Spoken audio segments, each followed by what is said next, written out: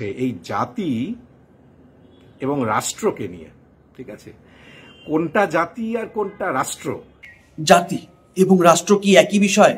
জাতি ও রাষ্ট্রকে, এই পৃথক দুই বিষয়কে আমরা গুলিয়ে ফেললাম কিভাবে? জাতির পরিচয়ে সবাই গর্ব করে, কিন্তু বাঙালিরা কি করে? আসুন জেনে নিই।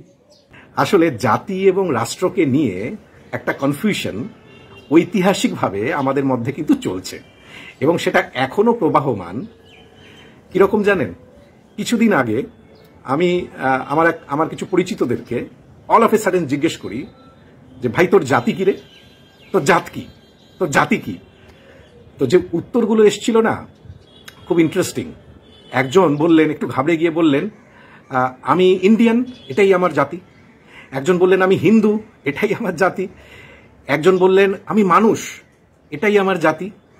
কিন্তু আমার জাতি পরিচয় যে বাঙালি, আমি যে বাঙালি জাতি, এই উত্তরটি বোধহয় ৬-৭ জনের মধ্যে একজন বোধহয় দিতে পেরেছিল। তো বোঝাই যাচ্ছে যে একটা কনফিউশন কিন্তু চলছে এই জাতি এবং রাষ্ট্রকে নিয়ে, ঠিক আছে।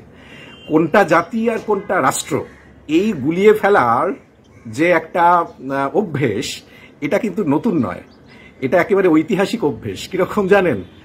১৯৪২ সাল নেতাজি সুভাষচন্দ্র বোস তিনি সিঙ্গাপুর থেকে দেশবাসীর উদ্দেশ্যে রেডিওতে অ্যাড্রেস করেন, একটি ভাষণ দেন এবং সেই ভাষণে বক্তব্যের মধ্যে তিনি মহাত্মা গান্ধীকে রাষ্ট্রপিতা বলে উল্লেখ করেন। তো সেই রাষ্ট্রপিতা কি করে বাঙালির বইতে, আমার ছোটবেলার বইতে রাষ্ট্রপিতা কি করে জাতির পিতা হয়ে গেল, আমার মাথাতে এখনো আসে না। এবং শুধু এইখানেই না, এই যে দমদমে যে এয়ারপোর্টটা, সেই এয়ারপোর্টটাতে এখনো আপামর বাঙালি বলে আন্তর্জাতিক বিমানবন্দর। ওটা তো আন্তঃরাষ্ট্রীয় বিমানবন্দর। দেখবেন হিন্দিতে কিন্তু ঠিকই লেখা থাকে আন্তঃরাষ্ট্রীয় বিমান আড্ডা। তার মানে বাকিরা বোঝে যে রাষ্ট্র কি আর জাতি কি, বাঙালি গুলিয়ে ফেলেছে।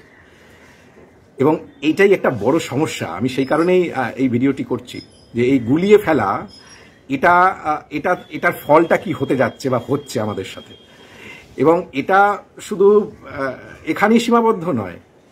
ওই আলিপুর চিড়িয়াখানার পাশে যে গ্রন্থাগার, যে লাইব্রেরিটি, এটি হলো রাষ্ট্রীয় গ্রন্থাগার, ঠিক আছে। সেটিকে বাঙালি জাতিরা, ঠিক আছে, ভালোবেসে হোক বা না বুঝে হোক, জাতীয় গ্রন্থাগার বলে চেঁচামেচি করে। এবং একইভাবে যে জাতীয় সড়ক বলি আমরা, ওটা রাষ্ট্রীয় সড়ক, তাই না? আমরা যখন যাই, দিল্লি যাই, মুম্বাই যাই, যে রোডগুলো দিয়ে, সেই রাস্তাগুলোকে আমরা বলি জাতীয় সড়ক, কিন্তু না, সেটা রাষ্ট্রীয় সড়ক। আসলে রাষ্ট্রের ইংলিশ হলো নেশন, ঠিক আছে, সেই জন্য ওটাকে ন্যাশনাল বলা হয়। কিন্তু বাংলা ভাষাতে রাষ্ট্র এবং জাতি দুটো শব্দই তো আছে। তাহলে ন্যাশনাল হাইওয়েটাকে বাকি রাজ্যের লোকেরা কিন্তু রাষ্ট্রীয় সড়কই বলে। আমরা এই রাষ্ট্র শব্দটাকে গুলিয়ে ফেলে আমরা সেটাকে জাতীয় সড়ক বলা শুরু করেছি। এবং যেখানে যেখানে রাষ্ট্রর ব্যবহার হয়েছে, সেখানে সেখানে আমরা বাঙালিরা রাষ্ট্রটাকে সরিয়ে দিয়ে এই জাতি বলে সম্বোধন করছি। তো বোঝাই যাচ্ছে যে জাতি এবং রাষ্ট্র, যেটা আমরা মনে করছি এক, বাস্তবে কিন্তু তা নয়, ঠিক আছে। রাষ্ট্র হলো কি? রাষ্ট্র হলো একটা অ্যাডমিনিস্ট্রেটিভ বাউন্ডারি, ঠিক আছে, যার একটি কারেন্সি থাকবে এবং যার উপরে যে প্রাইম মিনিস্টার তিনি থাকবেন, এবং খুব ইম্পর্টেন্ট যে একটা ভিসা সিস্টেম থাকবে। মানে এমন একটি এরিয়া, ক্ষেত্র, যেখানে মুভ করতে গেলে, যেতে গেলে আপনার কোনো ভিসা লাগে না, সেটি হলো রাষ্ট্রীয় বাউন্ডারি। তার একটি কারেন্সি থাকবে, এটি একটি অ্যাডমিনিস্ট্রেটিভ বাউন্ডারি, ঠিক আছে। আর জাতি কি? জাতি তো প্রাইমিটিভ একটি আইডেন্টিটি। জাতি হলো common language, common food habit, common এই পোশাক পরিচ্ছদ মানে ড্রেসিংস, এবং কমন কালচার। এই চারটে জিনিস যখন যুগে যুগে, হাজারের পর হাজার বছর ধরে এই চারটে জিনিস যে এক থেকে যাচ্ছে, এই চারটে জিনিসই রিপ্রেজেন্ট করে একটি জাতিকে। যেমন ধরুন বাঙালি জাতি যদি ধরি, বাঙালিরা বাংলা ভাষায় কথা বলে, তাদের খাদ্যাভ্যাসের মধ্যে ভাত, মাছ, লুচি, ছোলার ডাল, যাই যাই হোক না কেন, লিট্টি চোখা বা রাজমা চাউল, এসব তো না।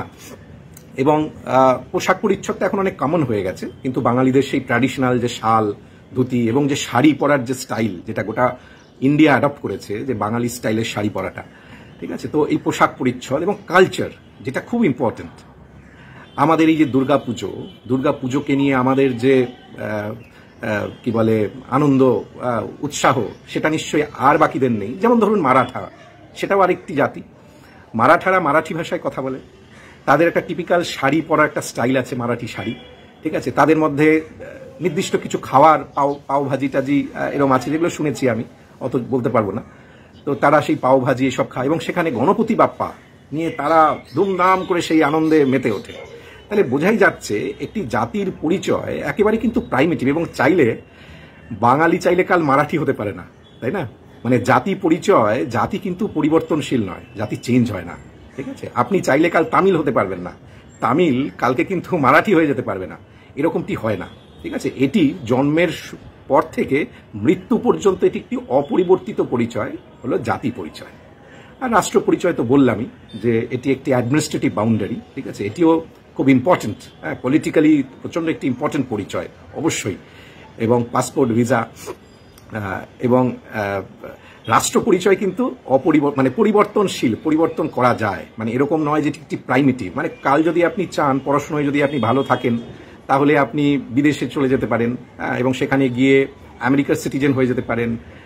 তো তখন আপনি ভারতীয় হয়ে আপনি আমেরিকান হয়ে গেলেন। তো চেঞ্জ করা যায়। ধর্মও তো খুব সহজেই চেঞ্জ করা যায়, চাইলেই হবে। যে আপনি মুসলিম, আপনি হিন্দু ধর্ম চাইছেন, হিন্দু ধর্মে দীক্ষিত হয়ে গেলেন, বা আপনি মুসলিম ধর্মে কনভার্ট হয়ে গেলেন, তো এরকমও হয়। কিন্তু বাঙালি পাঞ্জাবি হয়ে গেছে বা বাঙালি তামিল হয়ে গেছে, এরকমটি মুশকিল হয় না। তো কেন বলছি কথাটি, এই যে জাতি এবং রাষ্ট্রের মধ্যে এই যে ঐতিহাসিকভাবে যে গুলিয়ে দেওয়া হয়েছে, নাকি গুলিয়ে গেল আমাদের, এটা রীতিমতো কিন্তু এটা একটা রিসার্চের বিষয় আমার মনে হয়। এবং ঠিকই একই জায়গা থেকে আপনার যেরকমটি বললাম, আমার 5-6 পরিচিতকে জিজ্ঞেস করাতে 5 জনই তার জাতি পরিচয় বলতে পারছে না, ঠিক আছে, পারেনি। এটা কিন্তু একটি ভয়ঙ্কর প্রবণতা। আপনার প্রাইমেটিভ যে পরিচয়, যেটা আপনার বেসিক আইডেন্টিটি, সেটিকে আপনি বলতে পারছেন না। না বলে আপনি কখনো বলছেন ধর্মকে আগে আনছেন, কখনো আপনি বলছেন না আমি মানুষ জাতি। আরে জাতি পরিচয় এই পেছনে চলে যাওয়াই বাঙালির জাতির যে দুর্ভোগের যে দিন, তার দুর্ভোগ যেটা চলছে তার একটি বড় কারণ, ঠিক আছে। জাতি ঐক্য, জাতি হিসেবে বাঙালি জাতি, এই যে বলে কাকড়ার জাত, অমুক জাত, এক বাঙালি আরেক বাঙালির পেছনে লাগে, এক বাঙালি উঠলে আরেক বাঙালি নামিয়ে দেয়, এই যে সমস্ত কিছুগুলোর যে উদ্ভব, এই ভাবনাগুলোর, সেটা হচ্ছে যে একটা জাতি, ঐতিহাসিকভাবে একটা জাতি ঐক্য, ঠিক আছে, এর ধারা এবং এর প্রবাহ এবং এর জারণ মনের ভেতরে এটা যে জারিত হওয়া দরকার ছিল, সেটা গত 100 বছর ধরে হয়নি। গত 100 বছর ধরে এই বাঙালি জাতিসত্তা চাষ এবং সেটা জারিত, পালিত, লালিত এবং প্রবাহিত যদি হতো, তাহলে আজকে আমাদের এই অবস্থা অনেকটাই হতো না, ঠিক আছে। এটি একটি অন্যতম কারণ এই জাতি ঐক্য না হওয়ার, এইভাবে সব গুলিয়ে দেওয়ার, ঠিক আছে। এবং এই যে কি বলে উত্তরের জেলাগুলোতে যে ভয়ঙ্কর বন্যা হলো, একটি পয়সাও এলো না, ঠিক আছে।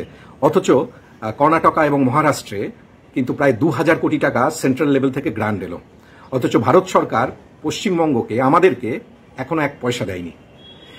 এই ব্যাপারে আমাদের কোনো জাতি ঐক্য নেই, বিরোধী ঐক্য নেই, শাসক ঐক্য নেই, ঠিক আছে। আমরা জাতির ওপরে দাঁড়িয়ে কেউ আমাদের পলিটিক্যাল আইডেন্টিটিগুলোই সামনে চলে আসছে বারবার, ঠিক আছে। সেই জন্য আমরা এক হয়ে যে রাষ্ট্রের কাছ থেকে যে আমার পাওনা ওই টাকা, কারণ ওই টাকা রাজ্যেরই টাকা, ঠিক আছে, যে টাকা আজকে ইউনিয়ন গভর্নমেন্টের কাছে যায়, আমি সেটা নিয়ে একটি ভিডিও করেছি, দেখবেন। তো সেই টাকা আমাদের প্রাপ্য ছিল, এটা তো মানুষেরই টাকা, মানুষেরই টাকা রাজ্যের হাত ঘুরে ইউনিয়ন গভর্নমেন্টের কাছে গেছে, কিন্তু সেই টাকা আমরা পেলাম না, কারণ আমরা এক হতে পারছি না, ঠিক আছে। আপনি দেখবেন যে তামিলনাড়ু, কর্ণাটকা, কেরালা, যে কোনো সবাই, প্রত্যেকটি জাতি কিন্তু বৃহত্তর স্বার্থে তারা কিন্তু ঐক্যবদ্ধ হয়ে যায়। এই যে ভেলগা তামিল, ঠিক আছে, গুজরাটি অস্মিতা, বা আপনি বলুন জয় মারাঠা, এই যে প্রাইড, এই প্রাইডটা দীর্ঘদিন ধরে তাদের ভেতরে বইছে। আর আমাদের এখানে জয় বাংলা মানে আপনি বাংলাদেশি। কি অসাধারণ!